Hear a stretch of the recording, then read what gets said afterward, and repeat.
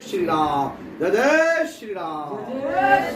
ऐसे इस प्रकार से वो राम नाम का सिमरन कर रहे थे। वहां पर बाली आ गया।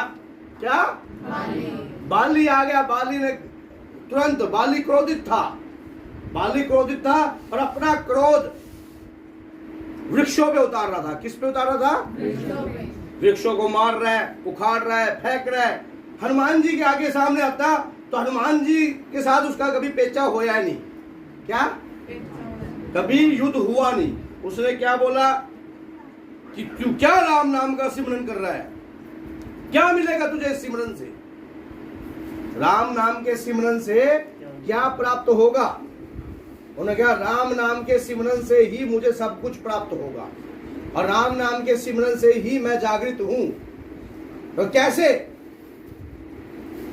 कहते अगर तेरे में दम है तो मुझसे लड़के दिखा। हनुमान जी को क्रोध आता नहीं है। अब ये मत कहना गुरुजी ये आपने क्या कह दिया। हनुमान जी शांत शक्ति है या उग्र शक्ति है? हनुमान जी तुरंत क्रोधित रहते हैं, लेकिन राम नाम की डोज वो निरंतर लेते रहते हैं। तो राम नाम की कृपा से वो शांत रहते हैं। तो जैसे ही देखा कि हाँ भाई, तुरंत बाली ने चैलेंज दे दिया। उन्होंने कहा चलो छोड़ो, ये तो बच्चा है, नादान की है इसकी। प्रभु श्री राम की कृपा है।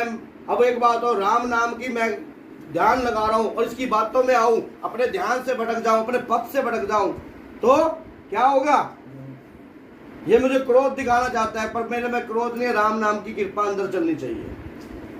राम नाम की कृपा जब देखा भाई पेड़ उखाड़ रहे, तो उन्होंने कहा क्यों पेड़ों को वो कर रहा है? कहते तू इन पे ना करूं क्या, तुम पे करूं? तुम तो लड़ने के लिए कह नहीं रही। क्या चलो, जिसका तुम ध्यान कर रहे हो सौगंध है तुम्हें उसकी, मुझसे युद्ध करो। अब हनुमान जी क्या हो गए? विवश हो गए। क्या हो गए? विवश हो गए। अब देख लिया भाई क्रोध। हनुमान जी लड़ना नहीं चाहते थे। हनुमान जी लड़ना नहीं चाहते थे, क्योंकि हनुमान जी की जो शक्ति है वो स्वयं की शक्ति नहीं है। किसकी शक्ति है? श्री राम की। अब राम नाम की शक्ति और उनकी भक्ति। अब कहते अब बात आ गई मेरे प्रभु पे। मुझे कहता, मुझे कोई वो नहीं था, क्योंकि मुझे को कीर्ति ना वैभव ना यश चाहिए। चाहिए क्या? राम नाम का मधुर रस चाहिए। देख लिया, बात गौर से सुन लेना। जिसके शरीर पे संकट है, जिसके घर में कष्ट है, जिसके घर में प्रेत है, जिसके घर में व्याधा है, जिसके घर में करा कराई है, ऐसे व्यक्ति अगर इन बातों को गौर से सुने तो मजबूत हो जाओगे आप हनुमान जी की भक्ति के प्रति। तो देख लिया, जब इतनी बात कही गई तब क्या हुआ? वहां पर तुरंत उन्होंने कहा चलो डन है, कल अखाड़े में तेरे साथ युद्ध करते हैं। कहते मुझसे बात सही थी, लेकिन प्रभु श्री राम की सौगंध दे दी, ये गलती कर दी। अब उसके बाद क्या हुआ? कल सुबह जैसे प्रातः काल हुआ, अखाड़ा जच गया, लोग दूर दराज से आकर इकट्ठे हो गए। हनुमान जी युद्ध लड़ेंगे सवेरे। अब जैसे ही हनुमान जी अपना सज धज हो रहे थे, पूजा से अपने उठे, और उसी समय ब्रह्मा जी प्रकट हो गए। कहते कहां जा रहे हो? है कहां जा रहे हो? कहते प्रभु का नाम का इसने सौगंध दी है, तो इसको सबक तो सिखाना पड़ेगा। कहते कहां सबक सिखा रहे हो? कहां वो और कहां आप शंकर भगवान के 11वें रुद्र अवतार हनुमान जी महाराज, आप कहां लड़ने जा रहे हो? आपकी बल की कोई सीमा नहीं। सभी देवी देवताओं का वरदान अमृत है आपको। वो आपके तिनके के समान भी नहीं है, तिनके की धूल के समान भी नहीं है। तब हनुमान जी ने अगर कहा कि मैं ना जाता, अगर वो सौगंध न देता, तब जाना तो मुझे पड़ेगा। क्या हुआ? जाना तो। अब तुरंत कहा कि चलो, अगर जा रहे हो तो अपने बल का 90% प्रभु श्री राम के चरणों में छोड़ जाओ।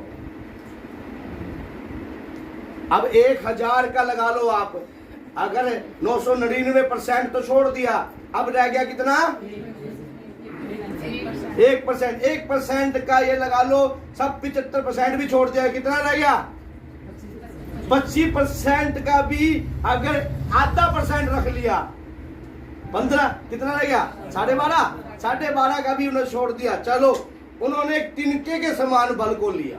कितना धारण कर लिया और प्रभु श्री राम के समस्त मेरी समस्त शक्तियां, समस्त विद्या प्रभु श्री राम के चरणों में रही। चले गए युद्ध में, जैसे युद्ध में गए वहां पर इंद्र प्रकट हो गया। बाली कौन है? इंद्रपुत्र। अब देख लिया वहां इंद्र प्रकट हो गया। जैसे ही इंद्र प्रकट होया तुरंत कहा, अरे कहा क्या कर रहे हो आप? साक्षात महादेव है। क्या है? किससे लड़ने जा रहे हो? अब उन्होंने कहा ना, उन्होंने मेरे स्वाभिमान को चोट पहुंचाई है, मैं ऐसे कैसे मान जाऊंगा? मुझे वरदान प्राप्त है आपके द्वारा कि सामने वाले का आधा बल मेरे में आ जाए। क्या प्राप्त है? सामने वाले का आधा बल। क्या बोल रहा हूं मैं? ध्यान से गौर से सुनना, मेरी बात कान खोल लो, गौर से सुनो। सामने वाले का आधा बल। कितना बल भैया? आधा बल। अब जैसे देख लिया सामने, देखे वाह अखाड़ा सज रहा है पूरा। हनुमान जी अभी प्रवेश नहीं करे, हनुमान जी प्रवेश नहीं करे और पहले ही उसको गर्मैश उठने लग गई। क्या उठने लग गई? गर्मी। मंगलमुखी सदा सुखी। जो मंगलमुखी की पूजा करेगा सदा ही। और जैसे ही देखा अखाड़े में उखड़े और उतरते ही जब बाली को वरदान के अनुसार जो कृपा प्राप्त थी वो कन्वर्ट होने लगी। अब क्या हुआ? अब हनुमान जी का आधा तिनके के समान का भी बल जब बाली में प्रवेश करने लग गया तो बाली आग बबूला होने लगा और जलने लगा। क्या हुआ? कपड़ों में आग जैसी उठने लग गई।